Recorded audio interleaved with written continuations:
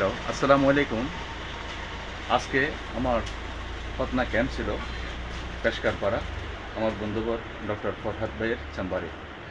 তো আজকে দুইটা বেবিকে সুন্নতে খতনা সমাপ্ত করলাম ডিজিটাল কসমেটিক মাধ্যমে।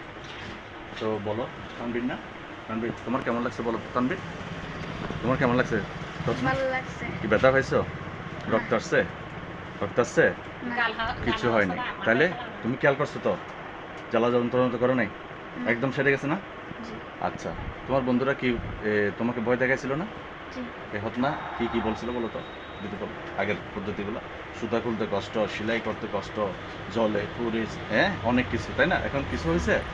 হ্যাঁ, 3 দিন পরে তোমার ডিভাইসটা খুলে ফেলবো, একদম তোমার শুকিয়ে যাবে, ভালো হয়ে যাবে। ঠিক আছে? তাহলে আমি ফরহাদ ভাইয়ের একটু মন্তব্য জানতে চাই। ফরহাদ ভাই, আপনার কেমন লাগছে? আসসালামু আলাইকুম। জিনিসটা আসলে আগে আমি বিশ্বাস করতাম না, সবাই বলতো। আজকে নিজ চোখে দেখছি, ভালোই লাগছে।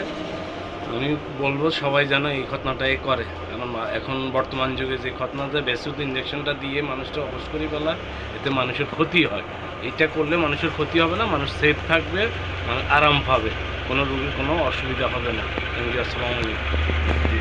আর আপনারা এই বেলতে আমার ফেসবুক এবং ইউটিউব চ্যানেলের সাথে যারা সম্পৃক্ত আছেন, প্রতাপ পেশকারপাড়া এবং পানবাজার থেকে শুরু করে আমাকে যারা চিনেন, অনেকে তো চিনেন, তো যারা বাচ্চাদেরকে সুন্নতে খতনা ডিভাইসের মাধ্যমে করতে চান, ডিভাইস ছাড়াও আমি আরও 5 রকম পদ্ধতিতে খতনা করে থাকি। ডিজিটাল করি, তারপরে লেজার করি, তারপরে এরপরে স্টাবলার করি। হ্যাঁ, তাহলে এখানে আপনারা ফরহাদ ভাইয়ের চেম্বার আছে, ফরহাদ ভাইয়ের চেম্বারে সরাসরি যোগাযোগ করলেও চলবে।